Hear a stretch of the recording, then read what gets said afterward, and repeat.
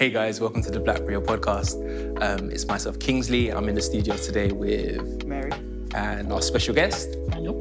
And we're talking all things church hurt. Cool. So, how you guys doing? Good. I'm feeling good. I'm feeling happy. Happy. Good. Mary? Yeah, I'm doing good. First time doing video, so looking forward to it. Busy You life, look busy like week. you're looking forward to it. I'm looking forward to the conversation as well. Yeah. Yeah, I think it's a conversation that we've been meaning to have for a long time, and I feel like we're doing it in a good way. So I'm looking forward to how we unpack that. 100%. I'm also actually just enjoying being out. Still sort of amidst coronavirus pandemic and just like going outside is now an event, right? Seems like a moment. 100%. Like going to. So for me, there's like a co-op that's 5 minutes from my house. But before, I would turn up in whatever, and they just have to deal with me as I am. I'm a customer. But now, I'll have my shower, I have comb my hair, Small proper drip. proper out there. But no, that's I guess that's what it's like, isn't it? But yeah, so Daniel, I'm just kind of wondering if you kind of give us a bit of a sort of an introduction, who are you, what do you do? The infamous "what do you do" question. So I'm Daniel. I am let me start this list and make sure I get it right. Photographer, videographer, musician, and a creative all-round. Look at the range. Well, we try, just a little bit. Don't want to boast. Yes, I've been in the creative industry for about 30 now. So I've been in creative since I was 15. So a good 15 old years. And I'm a photographer and videographer. Shot for lights like Burner Boy, LMA, Sir. I'm a musician by trade, so me and my sister, we sing in a band called Devotion, DVTN. Check us out. And we've been singing for near enough 2 full decades. And minus that, on the side, as in my 9 to 5, I work in healthcare. So I spend a lot of my time kind of working. So during the pandemic, I was very busy. Yeah. Because I manage a children's hospital. So it's very, very, very busy. But it's good. I'm enjoying it. I mean, that's full. Mary, would you like to introduce yourself after that? Burner Boy, Sir, the names are just reeling off. Don't do that. Don't do that. Do I actually have to introduce myself? No, you don't. Everyone knows. But out of all the things you do, what's the one thing you enjoy? Do you enjoy one more than the other? It's a weird thing. People often say to me, do you want to go full-time, be a photographer or a videographer? And I always say to them, no, not really. Not that I can't, but it's because the aspects of the way my life works is that I've got my 9 to 5 and I love my job so much. This is probably my favourite job I've had in my entire career working in healthcare. And I've been in healthcare for 10 years. But what's good is, as soon as I finish that job and I switch off, I get into my creative bag. Yeah. I'm able to do photography and videography. And the nice thing is, it doesn't feel to me as though I get tired of it because I'm doing it 24 hours a day, or it's my bread and butter, it's how I survive. Yeah. And there's nothing wrong with that. Don't get me wrong. Absolutely, if the opportunity comes for me to do it, of course I'm going to take it. If I can make more money than what I'm making now. But I like the balance. The bag. Because whenever there's a bag that's big enough, I'm taking it. Yeah. But I like the balance. So it just means I get away from my 9 to 5, I get my creative bag, and I just enjoy it a little bit more because it's fresh for me. Because I'm not necessarily doing it, like I said, 24 hours a day, 7 days a week kind of thing. But I pretty much am doing it every day after my current job. So it's still a lot, but it's enough for me to handle kind of thing. Oh, wicked. It's rare to hear someone speaking so effusively about how they're enjoying their work. Yeah. So I'm hearing it back and I'm just like, wow, he's really happy there. This is good. Okay. It wasn't always like this, I can tell you that much. There's only in the past, I'd say, the job that I recently had, I had the job that I'm in now, I got when I was in the pandemic. So it was literally the week before the very first lockdown in the UK. Right. And the job before that was okay, but it was fine. This job was just exactly what I needed for my life. And it's just been kind of up and up. And just even other areas, it's just been really beneficial. That's taken near enough a good 10, 11 years. I've been just working my way up. So anyone who hears that, you must be thinking, listen, it's not always been like that. There's been times where I've gone to work and I've just been like, I hate it here. I cannot do another day like this. Yeah. So it's nice to be able to be in a position where you can say, actually, I look forward to going to work now. I actually get up and have enjoyment. I want to sleep, don't get twisted. But the actual getting to job and doing the work, I do enjoy it, so it's nice. I feel like hearing that, it's kind of like the story that some of my previous churches like would be one of the testimonies, like one of the aunties would give about, and I struggled, and God. Hallelujah. You can just hear the piano in the background. Yeah, 100%. Man. No, I love that. It'd be good to kind of like hear like sort of what your sort of introduction was actually to the church. Like, how did you? Oh, Yeah. I haven't told the story in a long time. Huh? You got me thinking historically now. So I was what you would call a typical church kid. So my mum was and still is a preacher, pastor by trade, and it's what she did from kind of when she came in this country near enough 50 years ago. Wow. And so I've always known church. Like, it's always been a part of what I've done. And so I was going to my mum's church for up until I was around like 15. Like, even from when I was like 9 and 10, I was used to go around with my mum and perform. So she would do conferences and stuff like that, and then she'd grab me and my two sisters and we'd sing. So that's where the musician came from. Yeah. In terms of like singing for the first time. I used to be very high pitched. Now I can hear a little bit of bass in my voice. I used to sing very high. Still do. But back then that was what the lifestyle that I kind of had. And then and I got to about 15. Basically my brother, so it was this church, it's quite funny. My brother was like, oh, there's this camp at my church, and it's like an away week, whatever. You should go, it's really fun. He's a liar. What he didn't tell me, right? So obviously, he's just told me there's loads of friends, you have a good time, blah, blah, blah. I'm like, hey, this is cool, isn't it? No one said anything to me. First day that I get there, we get out of the van, someone's screaming down my lungs. Like, what's going on here? There's army guys there. Then you're running down mud with your suitcase. I've come in Timberland boots down. Like, do you realise what you've put me through? Like, I'm very, very upset about this. And it was a boot camp and I wasn't a troubled kid, but it was just part of what the church did. It was just this boot camp thing. Anyway, I enjoyed it at the time. It was really fun. But that's when I started to know about this church. And the church in particular I was going to from when I was like I said, 15 years old. And as they say, I'd gotten saved. Although I had been in church a long time, that was when I really discovered this relationship with Christ. And so I was going to this church, like I said, since I was a kid. So the majority of the things that I did, from my relationships to job to even education, was all wrapped around this particular institution. Right.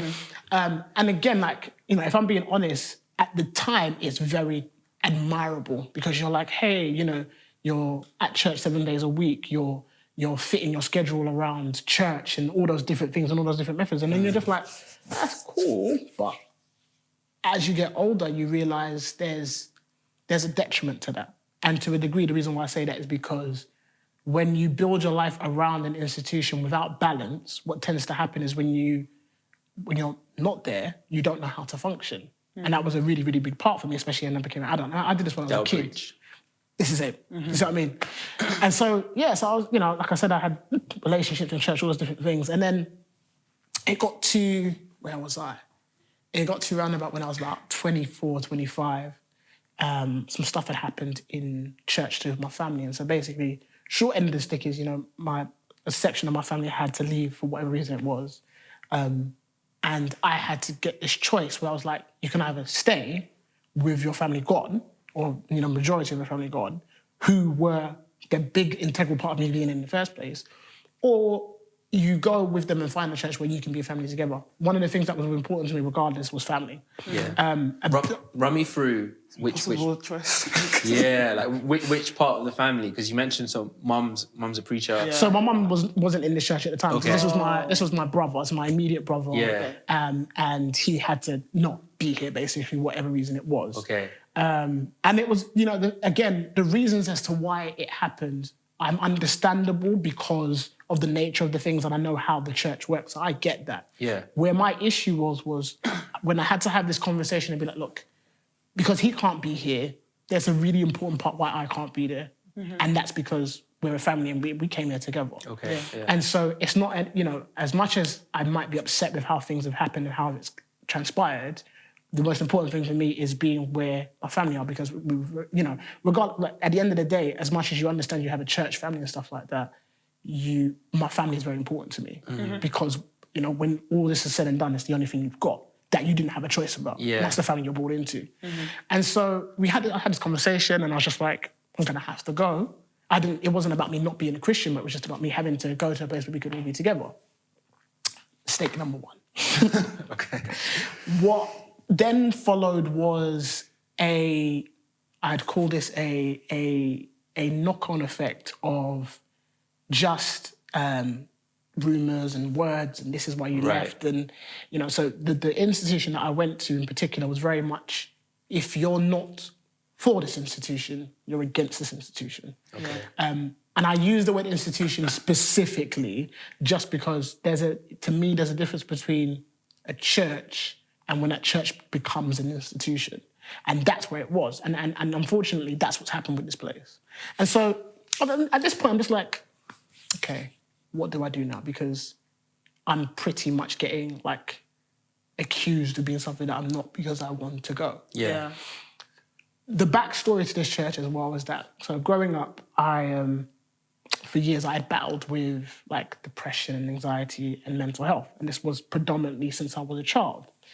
That comes from loads of different things. A lot of it didn't have, if I'm being honest with you, a section of it had to do with the church, but a lot of it was just history, my own childhood, had things that I was working through and stuff like that. The difficulty was I couldn't speak about those things in church, which was really, really hard. And the problem being because of the stigma around mental health, particularly in church. Because, if you're in church and you start to talk about you're struggling with suicide or anxiety or depression... It's the enemy. Yeah. When you sit in sermons and they say to you, if you need to go and see a therapist or you're struggling with mental health, your faith is not strong. That's like, you start sitting and go, You're not praying enough. Wait, what? Yeah. Hey, I'm praying every day. Yeah. I'm reading my Bible. You're not talking about someone who's not following what you're supposed to be following. You're talking about someone who's embedded in this. But I'm still struggling with my mental health and depression. So when you start to hear stuff like that over the pulpit, you get this wall where you're like, I cannot talk to anyone about this because I'm afraid of what will happen to me. Not that danger, but you lose your ministry, you lose where you are, you lose your place, all these kind of things, and you're going to be judged. Yeah. And so you get to a point now where you're like, I've got to keep quiet about this. So that's all I did for all the years. And so I was always known as the happy person. I know how to make jokes, I know how to have the charisma, I know how to talk to people, and that was often what was a big part of my personality. Yeah. Behind that, there was this little boy who was really struggling with his mental health.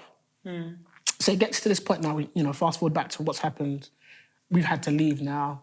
And I said, you know what, look, at the end of the day, this place was like family to me. I've left, yes, but I don't want to end the relationships and the ties that I have with people because it's supposed to go beyond this institution. It's supposed to go beyond these four walls, according to what you preach. That wasn't the case.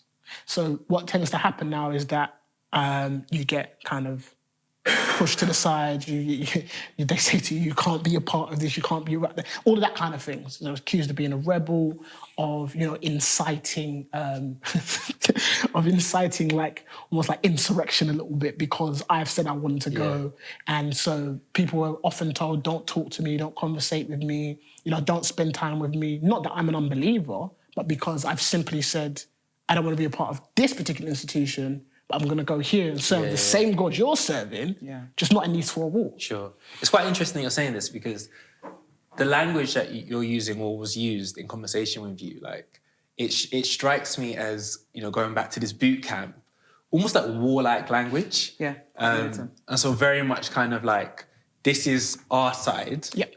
If you're not on this side, we're fighting. 100%. You're the enemy. 100%. And that strikes me as a wrong way to think about the nature of Christianity and in particular relationships between churches, right? Absolutely.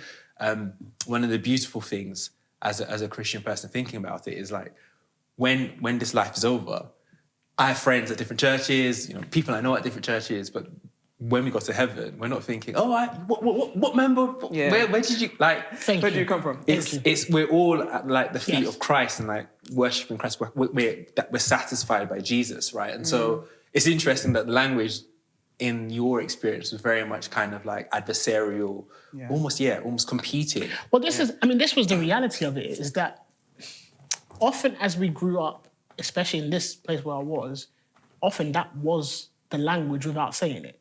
So, for example, let's just say, for example, we were friends and you didn't go to the same church that I did.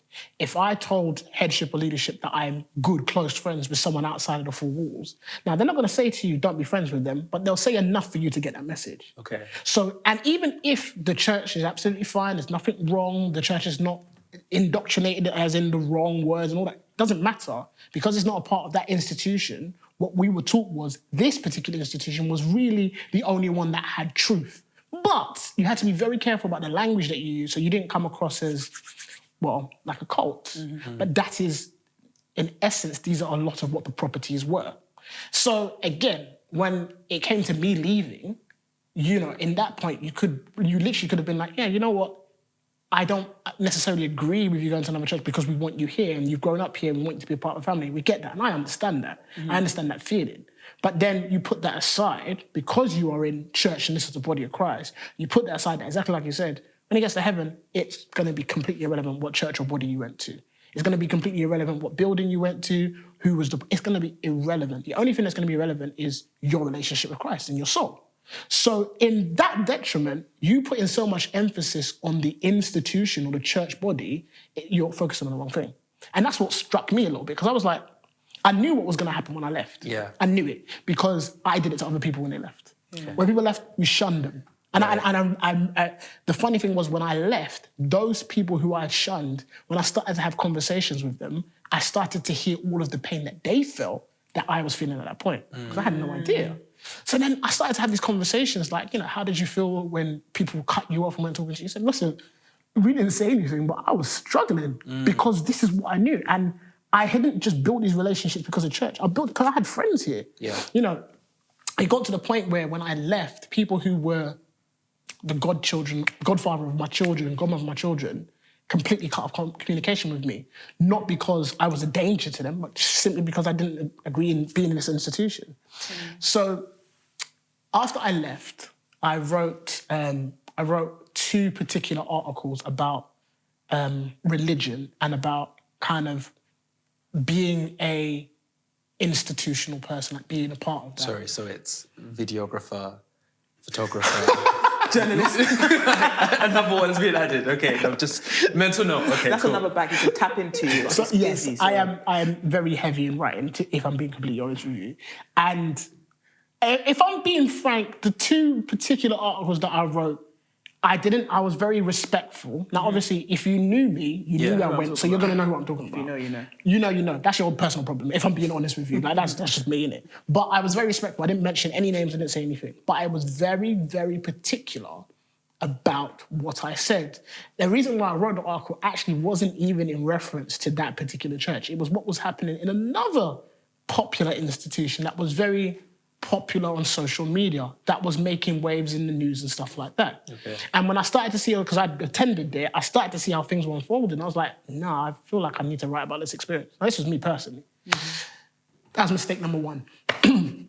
I got calls, I got texts, I was shunned. And in all fairness, I completely get it. Like, I'm older now. I don't think it was right to do that to me, but I completely understand why you would, because I'm now writing about my experience. And now here's the thing, the things that I'm talking about essentially Christian bodies turning into the very same things they're preaching against, which is Pharisees, that religious mindset, all of that. So the problem is that when you start to read that, you start to think, wait, is that us? Because it's about where I used to go. Yeah. So it almost becomes a little bit of a threat. Okay. Yeah. So I remember having a really long call with kind of the head pastor at the time, who was, you know, just completely dismissive and stuff like that. I said, all right, fine, no problem. A couple months later, some friends who were in kind of wanting to be leaders in the church, they got blocked. And the reason they got blocked is because they were friends with me. I said, okay. Right. I didn't find this out until months later. Yeah. I said, okay, fine. A year after that, so now I'm going to these different churches. And these churches were really, really good. They were great. But I was completely disconnected at this point. Because now, as they say, I'm church hurt. Because I'm just like, I was in this church for over 12 years. I had given everything. So my time, my education, my money, my resources, absolutely everything you can think of, I've given to this institution now. And they literally just said, we don't care. Yeah. We don't care. Okay. Because I've left, all of that was irrelevant. So now I'm like, okay, am I the problem now? Is the issue me? Was I the problem now? Should I have stayed? Should I have stayed begrudgingly? Because even to, and this is the backtrack to things. Even before the situation happened with my family, I was already very much thinking about leaving. Okay. That was just a push over the edge. And was that thought in your mind around leaving more attributable to kind of the life issues, mental health issues that you experienced at the time, or it was more to do with the church. Okay. So before everything that happened with my brother, I started to, because like I said, I'd been in this church for a very long time. So I actually didn't visit anywhere else. It's just this one particular place. Yeah. And then towards the latter part, I started to visit a few places and started to see kind of different things. And I was like, wow. You know that whole grass is green on the other side? It very much sounds like that. Like I visited a lot of, I'd say about 3 different churches where so many different things were different to where it was. And there's loads of things we could describe about the institution I was in. It was just silly things like we couldn't own a TV, we weren't allowed to go to cinema, we couldn't hug, we couldn't shake hands. We had to be careful about shaking hands with the opposite sex and how we were with the opposite sex. It was just literally things like that. What was the other thing? If you, for example, you were going to university, they were very much, it was frowned upon if the university wasn't close enough within where the church was. Right. You couldn't work on Sundays. You had to make sure you were in church. You had to tithe. If you didn't tithe, you had people coming to you telling you, why weren't you tithing? Why weren't you offering? If, for example, so we used to have more than one service on a Sunday, and then it got to the latter part of being in church, I was like, my kids have nursery and school. I can't be here on a Sunday evening because they need to be in bed and stuff. That didn't go down well. I started to, like I said, visit other churches, not when this church was happening, this was outside of that. I got calls, why are you going to other churches? Why do you need to visit other churches? Right. And it was just one thing after another. I was like, okay, I see where this is going. And at the same time, these different things are happening. My mental health is starting to deteriorate. Okay. I'm seeing all these different things happen. So a year after, so I wrote the article, I'm getting all this backlash. A year later, I write another article. At this point now, I'm on my last church. Wait, sorry, so all of this happens and you think, part 2's dropping. I said, listen, let me drop the sophomore album. I said, let's go. So I dropped another article, but this one, again, was about what was going on, but this one was much more personal. This was about the fact that I had been in church for a long time and struggled with suicide and depression stuff. This is the first time I've ever spoken about this at this point. Right. I get calls now. The calls changed now. They've gone from cussing me to, wow, we didn't know, we're so sorry. I was like, oh, okay. Thanks for that, 13 years later. Now, the reason why that was hard for me was because really you only did that out of sympathy. Because the reality of it is that you could have treated me better, regardless of whether I told you this or not, but you didn't. But now, because of how I've come and responded to you, now there's a bit of sympathy. And I was probably a little bit more annoyed at the end than I was. Okay. Because I was like, so you're telling me if I didn't put this second article about what I was going through, none of you would have said nothing. And again, it wasn't everyone, it was only 1 or 2. And it's not that I didn't appreciate it, but it actually kind of made things a little bit worse. So I was, at this point now, I think I was at I'd say the last church that I went to. And again, there was nothing wrong with this church. It was great. It was really open. They weren't anywhere near like the church I was going to, all that kind of stuff. And I remember sitting there, and it was the worship service, and I'm sitting down at this point, because usually I wouldn't. I'm sitting down at this point, and I'm just like, every single time I come to church, I feel this sense of, this cloud of darkness every single time I'm there. And again, I'm not, this is obviously what I was going through personally, so I know people, if you're an active Christian, you're not necessarily going to feel like that. I know this is what I was going through, this is personal to me. Yeah. But as I was sitting there and I felt this, I was like, it gets worse every single time that I come. And the reason I obviously was discovering this is because of what I was feeling from my previous experience in the church I was going to, and that effect. After that, I just stopped going. I said, I'm not going anymore.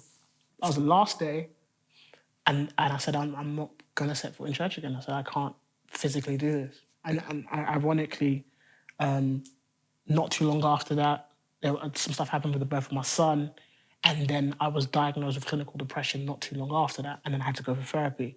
And so all these different kind of things unfolded at that point because of what was going on. But one of the things that I definitely realised was when I was going through what I was going through and I was saying what I was saying and I started to talk about it vocally, people often used to say to me, you just need to get over it. You know, it's not God that you're angry at, it's the people.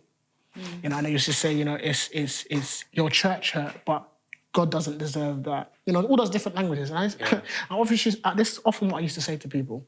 I said, my issue wasn't me being angry at God at the time. My issue was the people. And you can't just pass the problem just because it's people. Because it's people who I'm dealing with. It's people where I am. It's people that I'm around. So while, yes, it's a great reason to say, oh, you know, it's not God. Don't be angry at God. Don't let God suffer for that. The reality of it is that I'm part of a body where it's people that have affected me. That's why it's called church hurt and not God hurt. Now, if we start to talk about God hurt, that's a completely different thing. And so that's something you have on your journey that you're going to have to heal from. When we're talking about church hurt, we're talking about what's happened with occurrences with people. It's the people that are there. And so it's unfair to then just say, don't worry about it. No problem. Just go find another church. Because I did that. And I realised as I was finding more churches, it wasn't church, it's the people. Not God, it's the people. So after a while, I was just like, yeah, I stopped serving the church. I left. And then I found myself kind of on the journey of, you know, a little bit probably angry at church and probably angry at God, in all fairness. You know, if I'm being frank. And it was, there was a lot of rediscovering of myself that I had to do. Yeah. So you speak about kind of having this realization where you say, you know what, I'm not going back. That's it for me. How long from that realization to present day, how long has that been? 2014. So it's been about 7 years. 7 years. And do you feel the emotions that would have accompanied that decision in 2014, do you feel them with the same intensity now? Do you think it's changed? If I'm being honest, probably not. Okay. The reason being is I'm very grateful for the Christian friends that I have who I've been able to have really honest and frank discussions with about what's happened to me. Because again, and that's why, you know, I've got a really good friend of mine, and he's honestly, like, I love the guy to bits. He's firm in the faith and stuff like that. But one thing I've appreciated is I've been able to have frank conversations, and I've been made to understand that really I was a victim. And the reason why I say that is that he can still be balanced enough to say, God still loves you, God still wants you. You can still have a relationship with God regardless of the church that you go to, and I agree with that. But I've been able to express what I've gone through enough to be like, okay, it's not just my fault. Because, you know, a big problem that I've had is that when you talk to church and you talk to people, they've never had a conversation where there's understanding. And I think what people tend to do is when you talk about church hurt to people who haven't been church hurt, they don't understand it. And so you'll then feel like, hold on, you feel more guilty about it because you're like, wait, but stuff happened that wasn't your fault. Yeah. Occurrences happened that it was nothing to do with you. It was what people did to you. And again, you know, you have to understand the line that, like I said, I'm very, very clear about the words that I use about church hurt and whether you're angry with God and stuff like that. I'm very, very clear about I know it's a people thing. I'm very clear about that. Obviously, that's affected me in my relationship with God. That's affected me in my relationship with how I see church and all these other things. I'm very clear about that. However, when you can at least acknowledge with that person that people have hurt you, it goes a long way. Because a lot of the time when I have conversations with people, I'm never going to be one of those people to be like, yeah, I'm church hurt, so that's why you shouldn't do church. Right. Yeah, I don't do that. I don't have to do that. Because the reality of it is how you've responded and how you've gone through things is very different from me. I'll tell you my experience, but I'm not here to tell you this is why you should go. I don't do that kind of stuff because everyone's different. What I want is understanding, that empathy, and that's what I've received over the years. So while the pain is less now when I think about church, I'm still very much like I don't want to be a part of it. Okay. But the pain is less now because I've been able to have really important conversations with people where there's been balance about what's happening, about the fact that, like I said, you've gone through something, there's been an occurrence, you have been church hurt by people. You get that understanding, it's clear. I think it's probably one of the more challenging things to be able to, as a Christian, hold space for what you believe, right, fundamentally about God, the Bible, and the truth it contains, and also holding space for the reality that people have experiences that don't go in line with what they should be, right? And having the ability at times to go, you know what, bro? That shouldn't have happened. There we go. Like, it shouldn't have happened. Like, I still believe what I believe, but what happened, that shouldn't have happened. There we go. And I wonder if, at least in my mind, when I think back to some of the moments when I was a newer Christian, and I might have been, like, in my zealousness and over-eagerness, one of the people that might message and say, hey, bro, when you come back to church? When you come back to... But I wonder if behind that is almost kind of a nervousness that says, if I don't solve it, if I don't individually solve it, it can't be solved. And, you know, we're obviously as Christians, you know, conduits of God's grace to people, but it's still God who's working, right? And so there needs to be that kind of like understanding that challenges may occur, and you may not be able to solve it. You may not have the words for it, but you can be there, you can be present, and let that person have the space to heal, to grieve. And you know, I think often about Job. Like, Job has this like crazy life. Like, when you think about it, like, Job he's a good guy, right? Job's a good guy. And everything in his life just seems to go from like brilliant to like just awful, right? And when he's going through these experiences, his brethren come to him at one stage and they just sit with him. Like, there's a lot of criticism that happens with Job's friends, and rightly so. But one of the powerful things that they do amidst Job's like experience of suffering and pain is they just sit with him and they don't talk, but they're just there. They're present. And like, they're not trying to solve. They're not trying to like give an answer. They're not trying to explain. They're just there and saying, yo, like, I'm holding space, like, grieve, like, this is tough. I think that's what becomes apparent in leaving institutions and church and stuff like that, is why it's quite powerful, is that what I often said to people was, if you wanted to win me again, the best way would have been to keep me close. And the reason why I say that is because, you know, the reality of it is that even if I might not have responded the right way, might not have done the right thing, all those different things, what's important is how you respond. Yeah. Because at the end of the day, this is the issue. People often think that if you cut yourself away from people who are sinners or rebellion or unclean, God sees you in a better light. The reality is God, he doesn't. You don't get more brownie points for cutting people off. In fact, you really want to go for the total opposite. You want to bring people as close as possible, because the reality is your job is to bring them close to God. Which means that when someone isn't in line or moves away or does those different things, the best thing that you can do is be the best Christian that you can and keep close with that person's vicinity. The problem was, when all that stuff happened, everybody was like, Cut off. Yeah. I think, there's so many things to say. I think sometimes we're not good at having good relationships with people when we disagree with them. So like, I could imagine someone seeing you and being like, okay, you're leaving. They're thinking, but what's wrong with the church? They haven't been able to process, but they think, okay, Daniel must be the issue, so I'm just gonna distance myself, as opposed to, let's actually reason that, okay, what do you think? Okay, you disagree, I disagree. Yeah.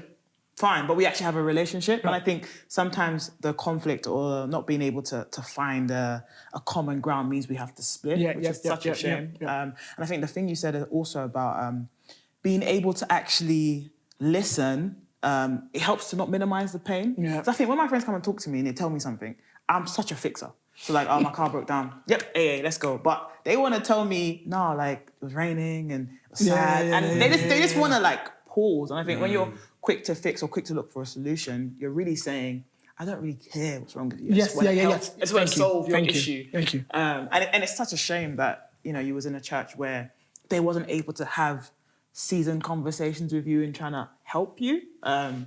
Yeah. I mean, when you was going through that, were you like in like a leadership position, or like were you able to question stuff? At the time I was at the worship ministry at the time, and I was, I guess you would call, one of those people would look to as leaders. So I was there at that place, but I was just, it's funny, as time was going on, I cared less about it. And that was, I guess maybe, if I'm being frank, I think the point that happened with my brother when we left, things were unraveling so many years before that. And like you said, so it got to the point where I didn't care. I stopped caring.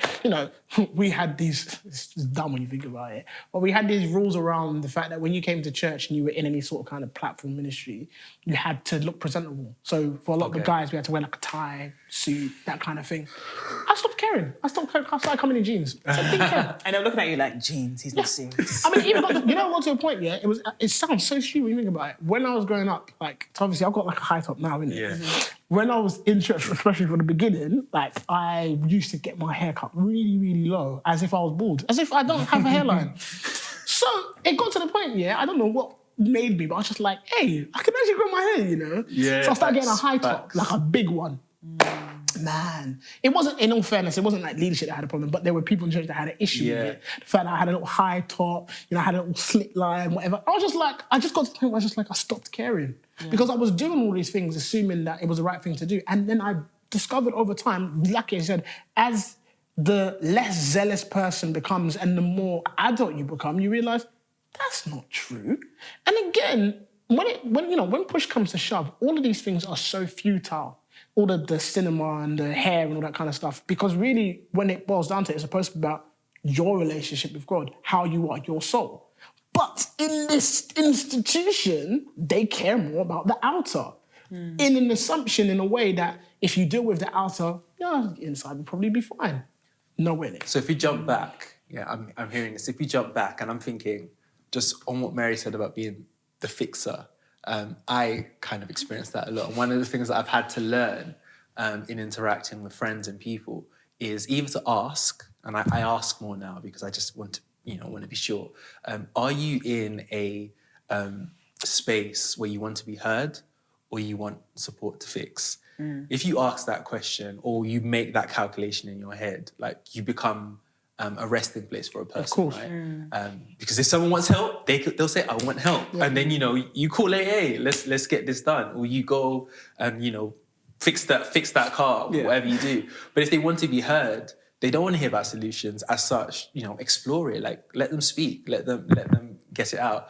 When you're talking about some of the experiences you had, and you talk about this kind of cutting off, and actually what would have been helpful for you long term, if someone's thinking about, I want to win Daniel, is to keep you close. I think there's so many of the things that you're saying, I see in my mind a number of the ways that Christians may have thought this was the right thing to do. So I'm thinking, like, in 1 Corinthians, there's this passage where Paul says, and it's true, right? Bad company corrupts good morals. And like, that's real. Like, if you grow up in like bad company, it's easier, not necessarily cast iron, but it's easier to find yourself, doing bad things. And so someone reads that, or someone's told that, and it's very easy to go, okay, this person is not like interested in us. Okay, I have to run away, right?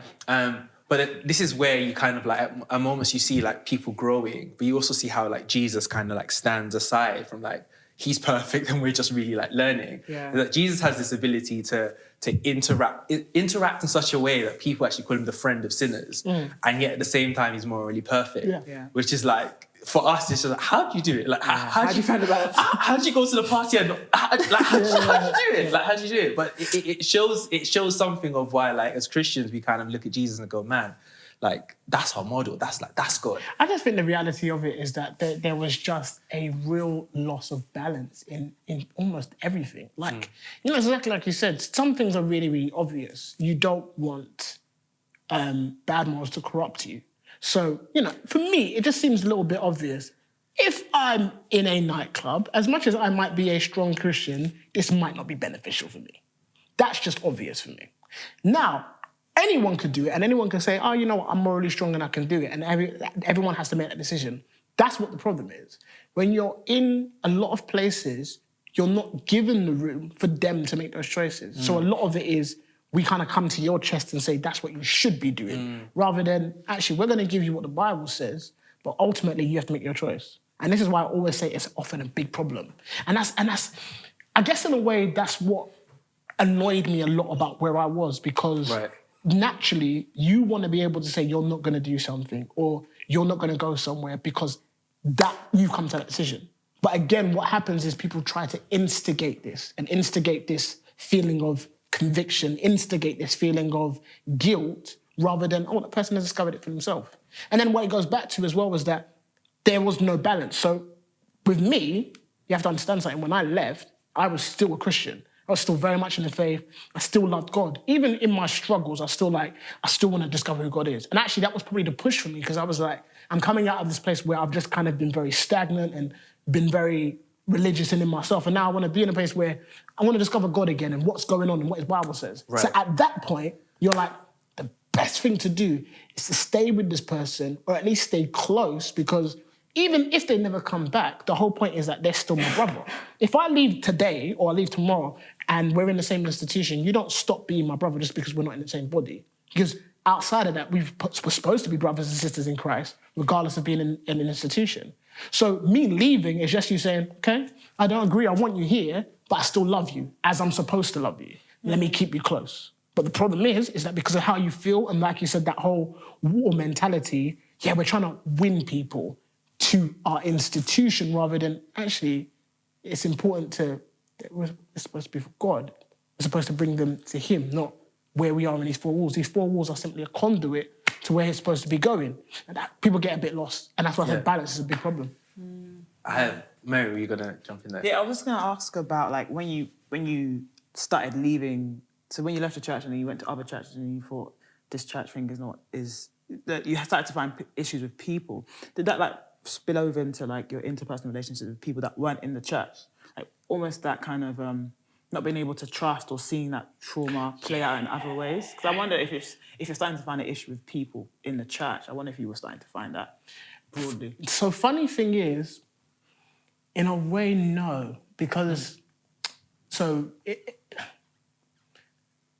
majority of my friends, family and everything was just church. Mm-hmm. So actually, minus the people that I worked with and the odd friend here or there, I didn't actually have any relationships outside the church. Literally everyone that I'd known, all my friends, people that I spent time with, this is just church.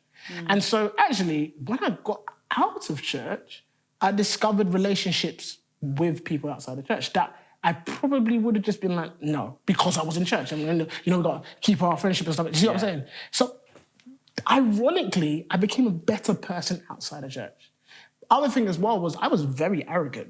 I was a very, very arrogant individual. Now, I'm not necessarily blaming the church for that. That just could be my personality, so I'm not going to sit here and do that. But I was a very arrogant person. There was a lot of bent-up frustration and arrogance and just not nice things about my personality or character. I did not like them. As I got outside, I discovered that, wow, this is the kind of individual that I was.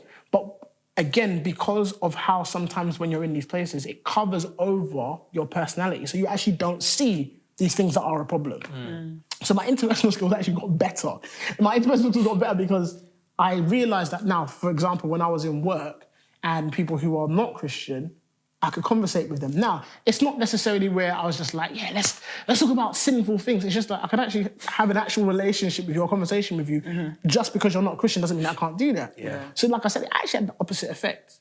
And then as I was going to, like I said, other churches, I was almost, like I said, I was discovering you could be friends with people outside. So like, for, a big prime example was me and my sister, we used to perform, like we were ministers in church.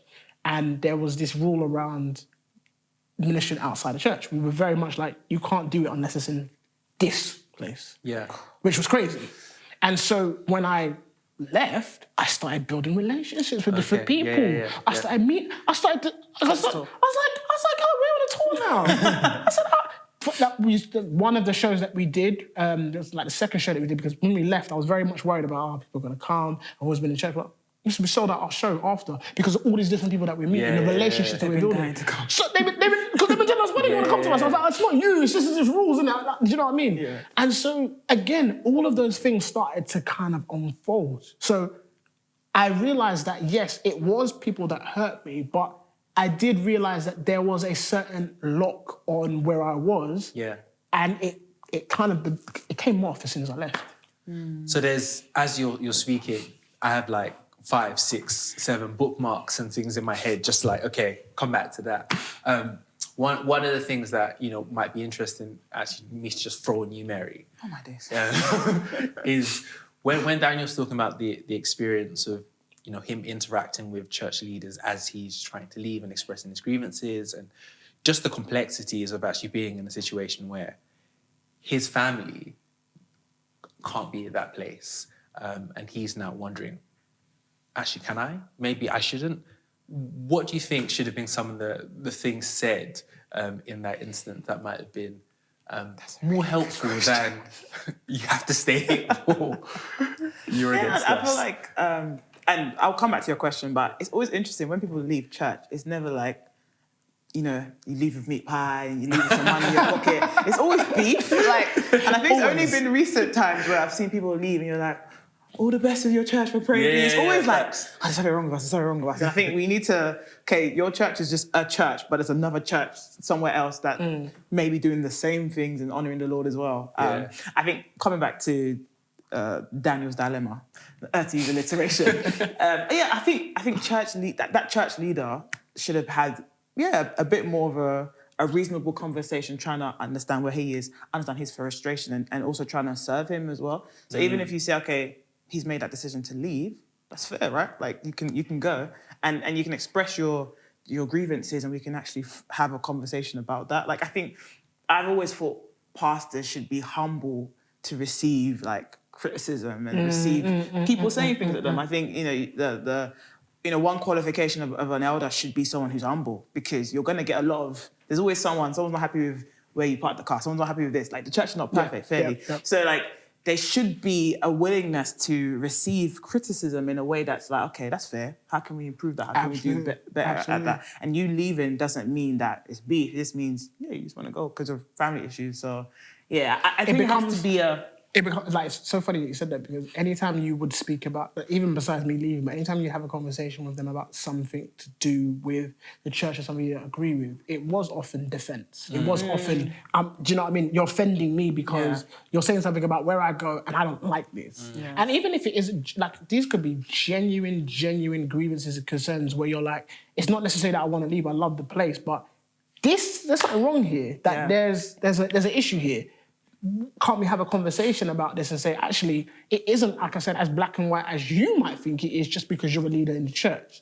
And again, it kind of goes back to this misbalance of scripture sometimes. Often what was told was, you just do it because I'm the leader and I told you to do it. Submit. No. I am not going to do that, because if I genuinely feel deep down in my spirit that there's something wrong, rather than me just saying I'm not going to do it, I'm going to have a conversation with you because it's the right thing to do.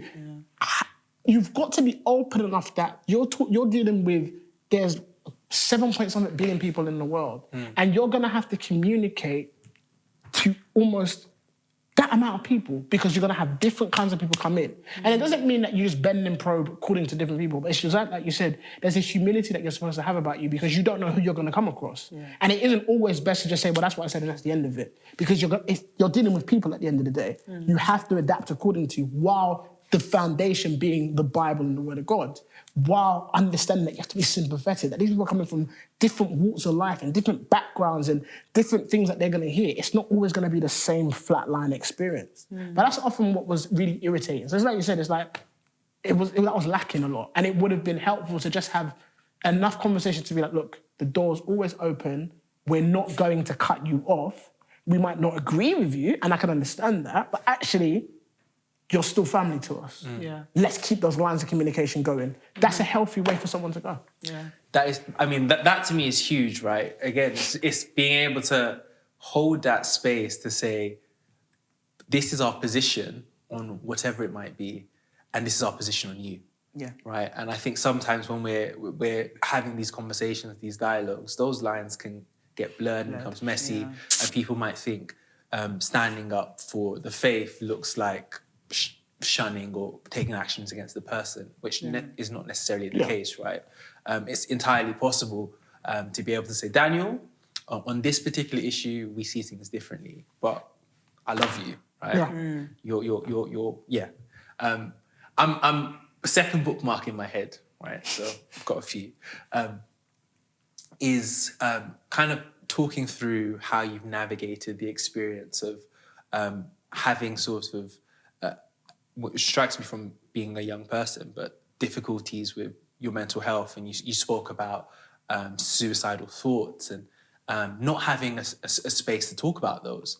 I'm just wondering, like, how do you think that may have been helpful back when you were 15, back when you to speak about those things? I think, one of the things that I discovered, and this is probably like the positive thing when I discovered out of leaving church, was I started to realise that there were a lot of churches that did have an environment that you could speak about mental health, depression, suicide, anxiety, that kind of thing.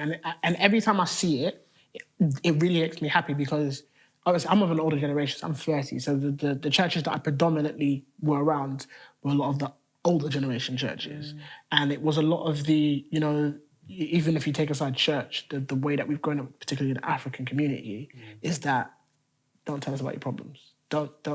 If you say that you're struggling with mental health, there's either something wrong with you or you've got a demon. It's one of the two. And so that's the generation I've grown up in. And so that bled into church. If you had a problem, like I said, about your mental health, if you spoke about it, you were either worried about what was going to happen to you or you'd be shunned. And so when I left, I started to find all of these different churches that really made a really healthy environment. And I was really, really glad. If I'd had that back in the day, things may have been a little bit different. Okay. I think it would have meant that I didn't have to hide anything, because that was the problem. That's what I was doing. I was hiding everything. If I was struggling with something, if I was battling with something, if I had internal issues or whatever, I was never going to open my mouth, because I was more concerned with the response rather than the recovery. And so it just meant that at the time when I felt like if I had been open and spoken about it, I could have got some healing around what was going on, I was so afraid of what the response could be. To the point where, like, I even remember times when I was in church and I'd have certain conversations with leadership. About a week later, I'd hear that same story over the pulpit. I'm sorry. That's flagrant. That's crazy. That's flagrant. Absolutely crazy. And it happened more than once. And Pastor's looking at you as well. And it's me and you are just there like this. I told you that. You know that Diddy beam, just like... And the thing is, the funny thing is I wasn't the only one having to.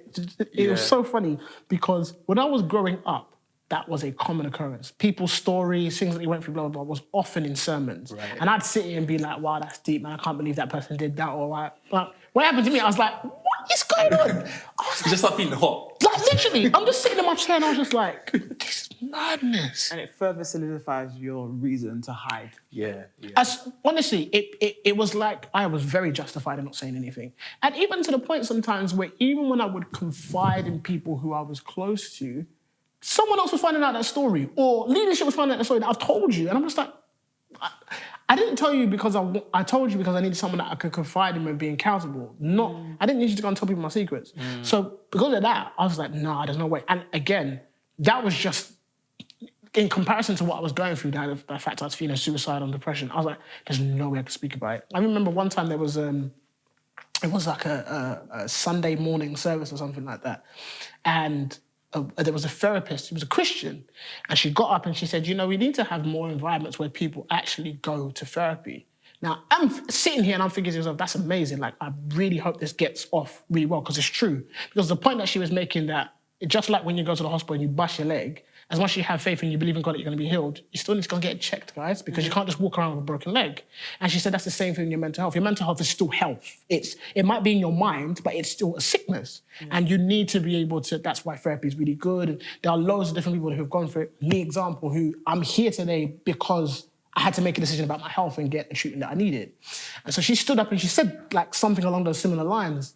And leadership at the time was, if you need a therapist or all those kind of things, you're lacking in your faith. And I remember that it was that conversation where I said, there's no way I can open my mouth. Because look what happened to her. She didn't even say what her problem was. Now, if I start to get up and I tell you that there are times where I'm at home or I'm walking or I'm at a train station and I feel like jumping. If I start to have those conversations with leadership, it's going to be one of two things. I will be a sermon, and I will be judged for having these thoughts, and I'll be accused of not being strong in my faith. Yeah. And that to me was like, I can't go down this road. I knew if I did, it was going to make my mental health worse. So I kept to myself. And there's two things that come to mind when I'm hearing that, right? One of the first things around this kind of like response, that if you have to seek another form of help, that you don't have enough faith, is, to me, it's a misunderstanding of actually how the fall works, right, in the first place. Because if you think about like sin coming into the world, it doesn't just, as you said, affect our bodies, it affects every part of us, which includes our minds. So our minds are not as they ought to be. And so that shows itself out in a number of different kind of ways. But then there's the other almost obvious thing for me is if you're reading your Bible, in particular, I'm always in the Psalms. So if you're reading your Bible, you're in the Psalms. Like, these people, like, David went through it, and he's saying you just said Job. Like, Job lost his whole family. I'm sure he was going through it as well. They're like, I mean, like, Psalm 88 is coming to mind, but like, people are like really kind of like saying, like, really experiencing dark emotions, and they're not running away from God with those dark emotions. They're running to God. Exactly. And, you know, when someone is in that position of being entrusted with the information that actually someone is going through this particular experience, you may not have the answer. In fact, most of the time you won't have the answer. But one of the things you should be able to do is actually remind that person that even if I don't know, God hears. Like, God is present, and he doesn't run away in this suffering. He's with you in this suffering and holding that space. And also, God is the God who, if you believe that God created the world, you also believe that God has a hand in the creation of things like therapy. Oh, there we go. And so, so if that's the place that you want to go down, you can do that and still be in line with kind of like walking with what the Bible says a Christian should be like. So, so many that kind of like, almost, and this is the difficult thing, right? I think sometimes these conversations take place and people are saying things and they're not necessarily trying to be malicious. Sometimes, but what comes out is so unhelpful that it's painful, right? And that's the often. This is the thing why I say, like, as I get older, as I've gotten older, as I think back on things. One of the things I say, a lot of people said lots of different things to me that definitely hurt me, but I realise, and I've it might just be my age, but I'm more grateful to the fact that, you know what, you said that. Not necessarily because, like you said, you're trying to be malicious, you're trying to hurt me. You just said that because you thought that was the right thing to say at the time. It wasn't. And it was often because of what you were taught, what you believed, and just your own personal character. Yeah. And so I kind of sit back now and was like, you know what?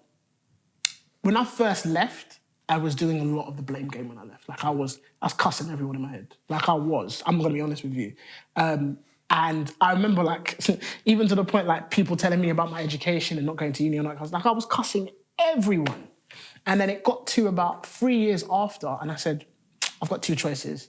I can either sit here and completely like cuss people off or whatever, or I can do the healing for myself. Because again, no matter what happens to me, the most important thing to me is how I respond. Yeah. And so that was why it was really important for me that, it's like I said, I had to almost stop blaming people a little bit. Now, when I talk about church hurt or talk about being hurt by an institution, I talk about so you understand what's happened, but I don't really sit and do the blame game anymore. I sit back and say, these choices have happened, these things have happened, but I'm going to have to rebuild my life. Yeah. And so that's why it's really important, like you said, that sometimes, even in the midst of what you're feeling, you do have to understand that people do things based on how they're taught and the environment they are and how they responded to you is because of that. And you almost need to take away the blame a little bit and be graceful. Because as much as I'm saying, you should have done this, you should have done that, I need to speak with the very same. I say, you know what? I'll be grateful, man. It's human beings at the end of the day. We're not perfect. And I'm always, there's so many kind of, even like moving back and thinking about church hurt generally, there's a lot of things people say that are so unhelpful. So someone will say, going to this church, really bad experience. Go to another church.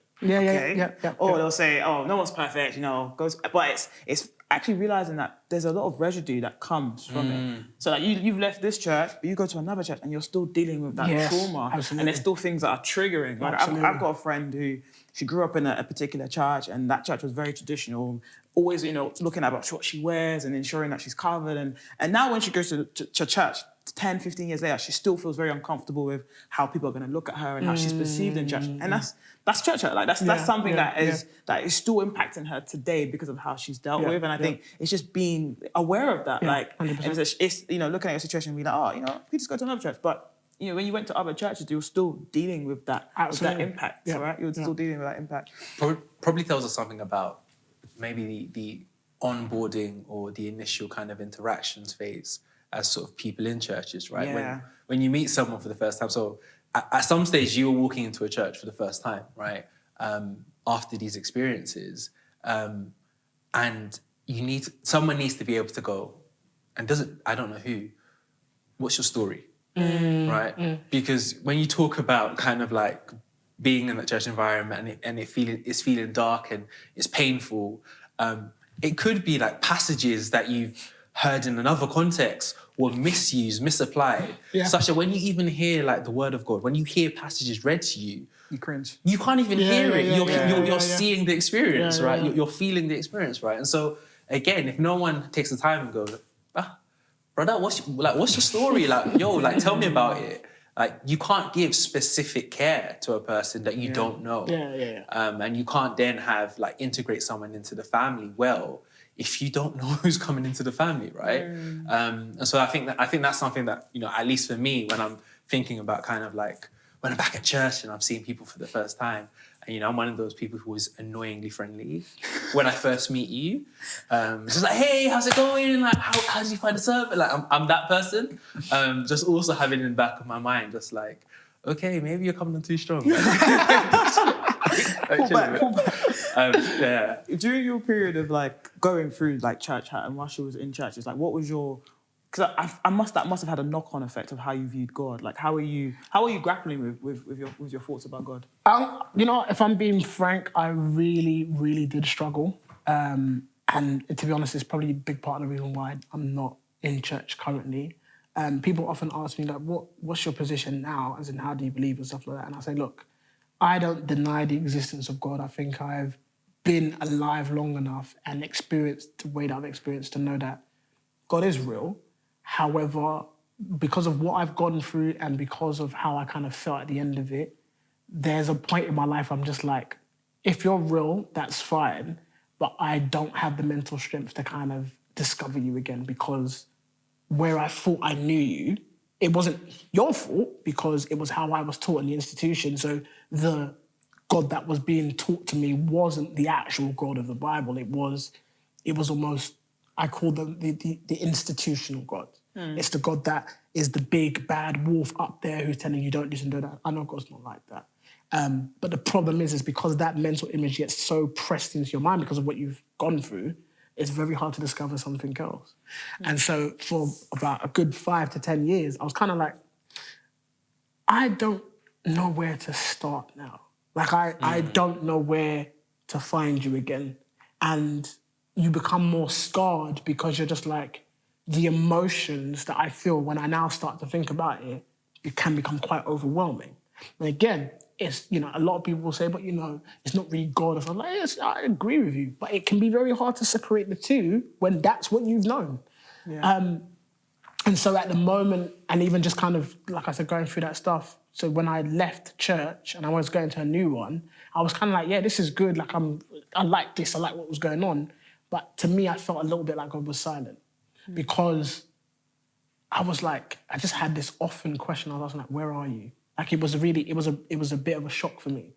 And the reason why it was where are you is because I wasn't hearing God from leadership or my friends or even my, acquaintances and stuff like that. Now it was just like, oh, I'm outside of that. Now I've got to pick up my Bible and discover God for himself. Like, I've got to see God past what religion was telling me.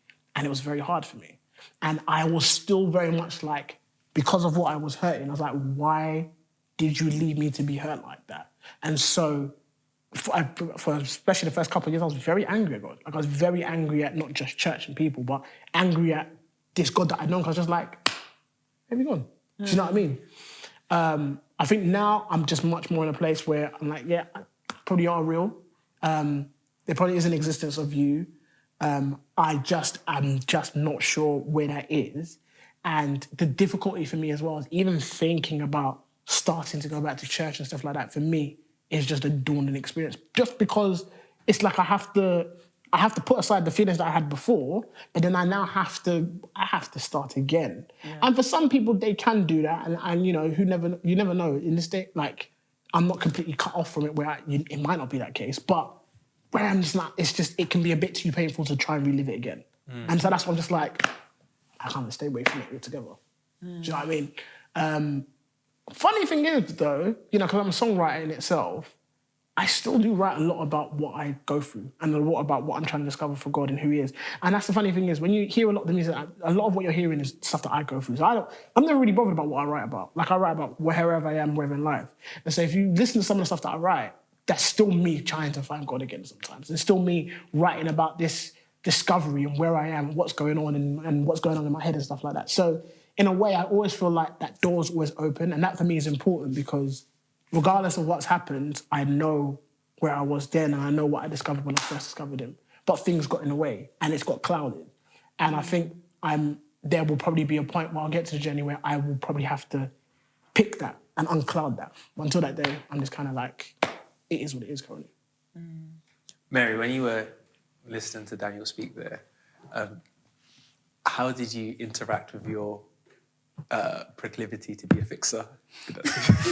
Come to church. I imagine that was my first thought. But no, I think the points you made were, because I think with church hurt, as much as it's people, I think there is the underlying of that is there's always going to be a effect on your view of God. Yeah, absolutely. Just because it's supposed to be God's people, right? So if you go to a church and you're on the receiving end of abuse or, you know, whatever it is, you're thinking, but this is God's house. Like, this is what's... So it's always very interlinked. And the hope is that God is able to draw you in a way that you can even react or interact with God's people, even when you know they're not perfect, because you know that, and I think it's tough with the church because church hurt is real and there's a lot of difficulty with people. Like I love my church, but my church is very messy and I'm like, I don't want to talk to people and I'm like, I don't want to be, like, if I could, sometimes I'll just skip church. But then I know that, like, God is clear in the Bible that he wants His people to be in church with other people, and that's actually how He's united, that we would actually grow and make it and keep on a narrow path, and so it's almost that there's that messy kind of interaction that you have to be involved in, and you go into that knowing that I have to forgive people, they have to forgive me, I'm going to insult someone, like, things are going to happen, but this is how God wants me to be. And like, being honest with you, I know that if you wanted to be close with God means you have to be close with God's people. So that there is that cloud you almost have to push away, which is tough, right? Yeah, it is. Which is tough. It is. Kingsley, what's going through? What bookmark are you? He's got a lot of bookmarks, hasn't he? No, he's done 2 now, so there's like 6 left. Yeah. Actually, you've probably got more since we've spoken. So. There's so much you said there. Yeah. I think one of the things that just comes to mind is just being thankful that you're in a place where you're able to share these experiences broadly and transparently, right? Because I feel like I've learned a lot from the conversation as we've gone on.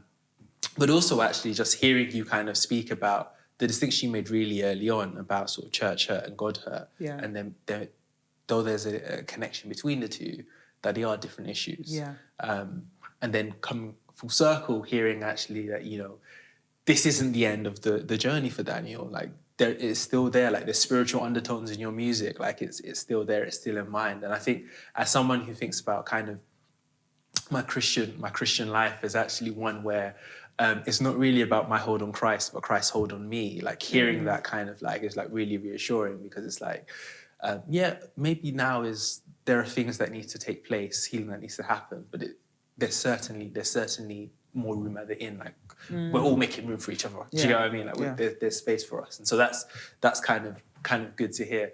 I'm wondering, in closing, I say in closing, but there's another bookmark. You know when it just starts highlighting, but yeah.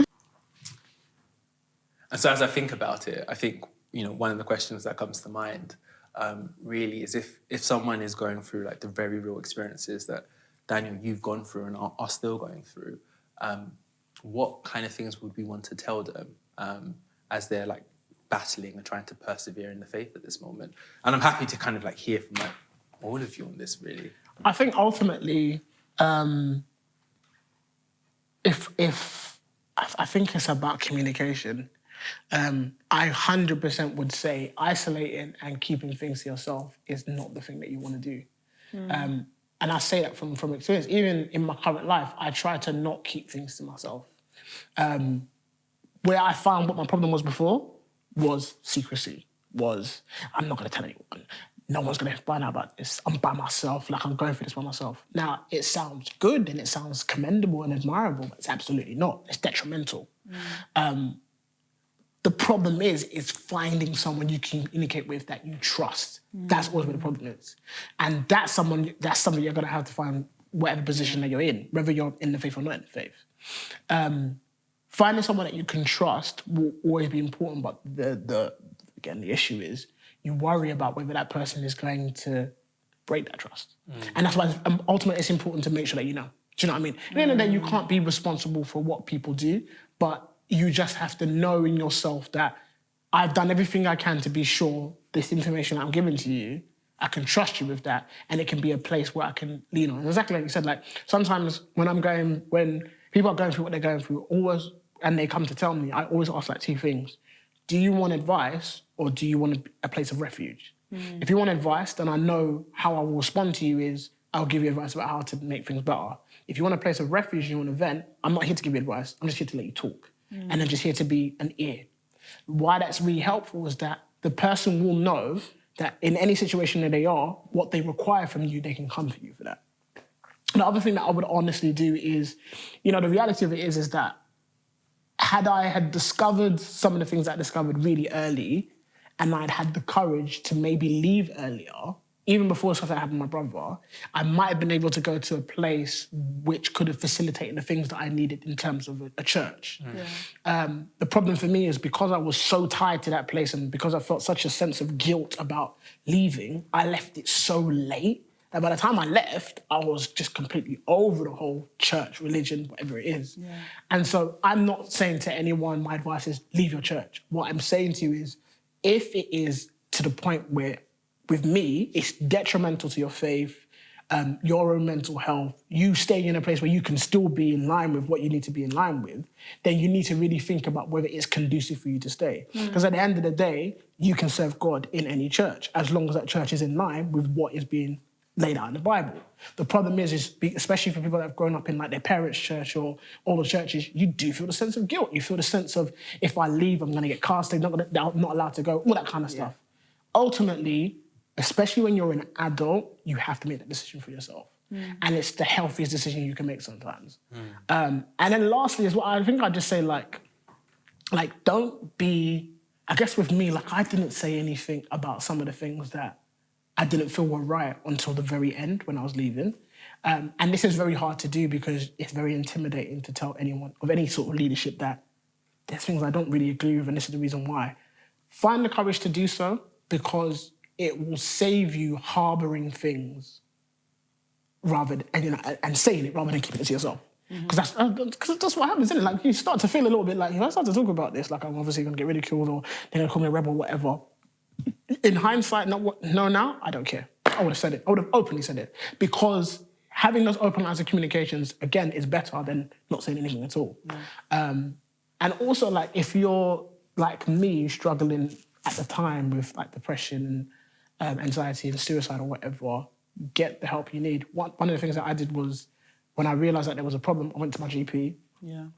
I was diagnosed with clinical depression.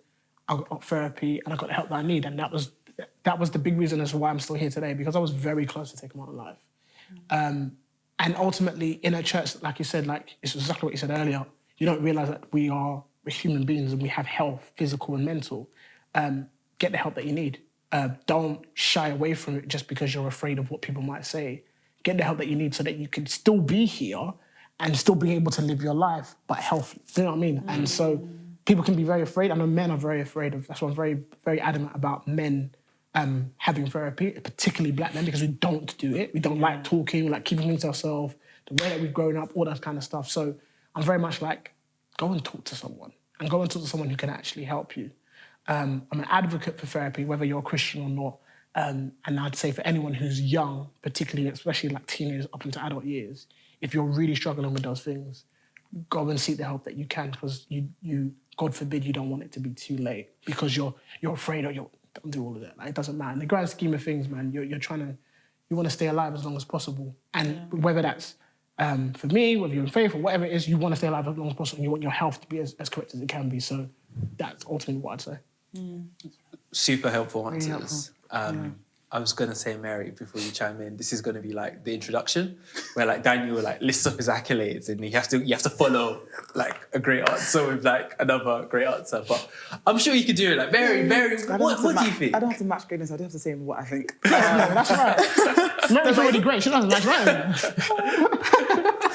But it's interesting because like the whole series we've had about like church, and we've spoken about what is a church, what's a good church, like elders, pastors, and a lot of it is like when that goes like awry, it's church hurt. Like when you have a bad church setup or bad church governance or people not acting in love, or Christians basically failing in a church, it produces church hurt, and it's so unfortunate. And I think a lot of us can be like, oh, whatever, easy to first, but it really is like, it really impacts us, and it affects us in ways that are very tangible, and it ultimately affects our view of God as well.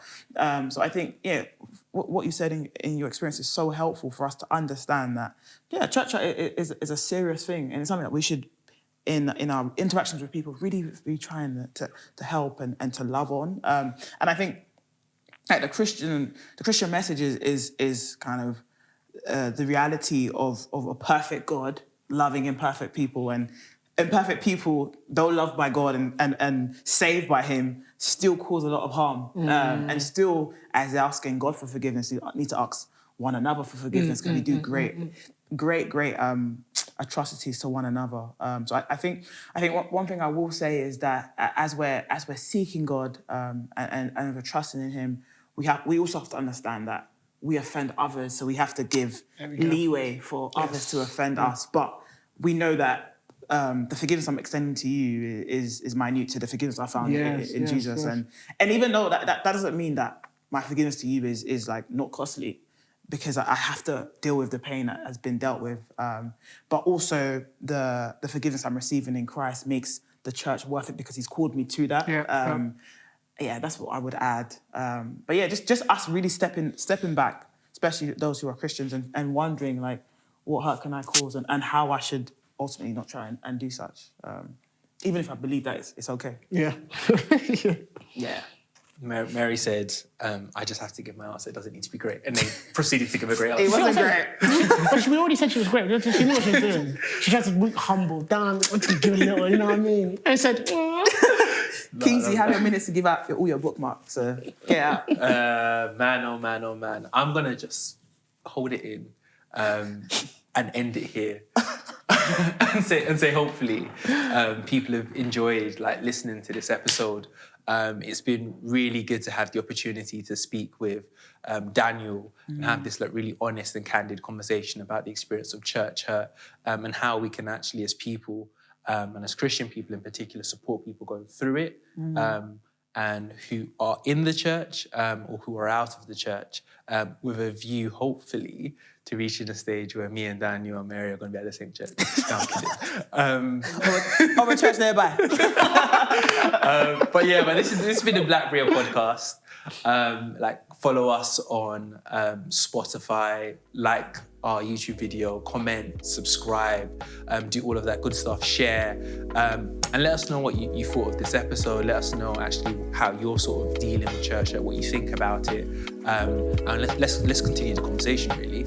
And Mary, any last words? You say you just dropped the single, right? Plug your music. 18th of June. That's 18th of June. When the single drops, DVTN official, be somewhere around. It's coming up. You can really sing. So This is where we put the box up with the Instagram and the Twitter. Okay, cool. We're out.